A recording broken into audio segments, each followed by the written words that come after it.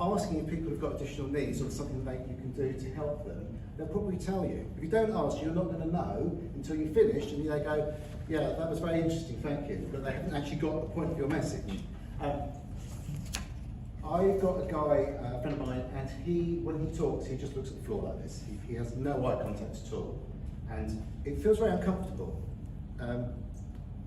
Don't let that put you off. So if you're speaking to somebody and they seem rude or aloof or disinterested, or they don't seem to be paying attention, now, you're all really good speakers, so it's your job to do the heavy lifting.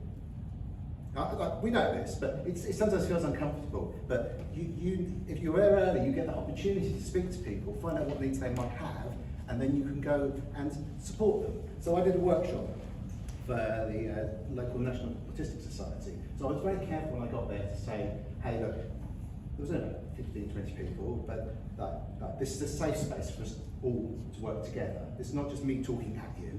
Feels like I am at the moment, but this is a safe space, so I want everybody to be involved. So no matter how good or bad people's communication was, I tried really hard to make sure that they all had an opportunity to speak. And I know a lot of them felt very uncomfortable doing that, but I wanted to make sure that no one person dominated. And that can happen as well. So something else you've got to control.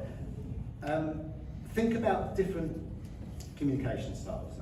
So you've got visual, you've got auditory, you've got kinesthetic movement, you've got the factory. How about that for communication? The smells. Everyone I asked about what I should say, they all said the same thing to me: speak clearly.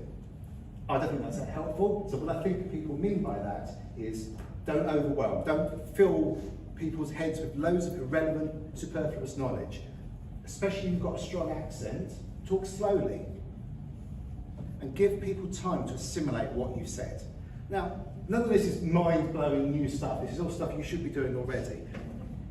Signpost the sections of what you're saying to give people time to think about what you've said. So, if you think about when you're listening, there's two aspects of listening. The first one is your ear vibrating, hearing what people have said, and the second one is processing that information. Now, if either of those don't work, the people are not going to remember what you've said.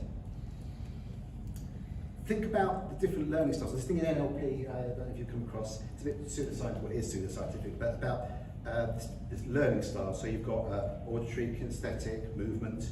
So if by doing something you'd learn, audio-visual, you've got logical, thinking about. Joanne, I think you had a slide about this. Learning about like logical thinking things through, or emotive thinking, another way of learning. So when you're teaching stuff, think about how you can involve those different skills.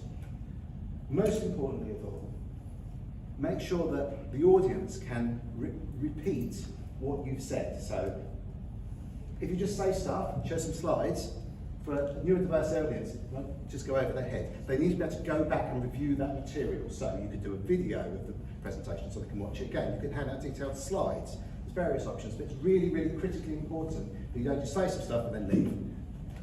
Okay, so in summary, get there early, speak clearly, signpost what you're saying, and make sure, most importantly, people can review what you've said later.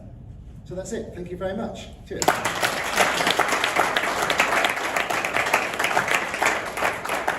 Thank you so much again to our panel, but it's not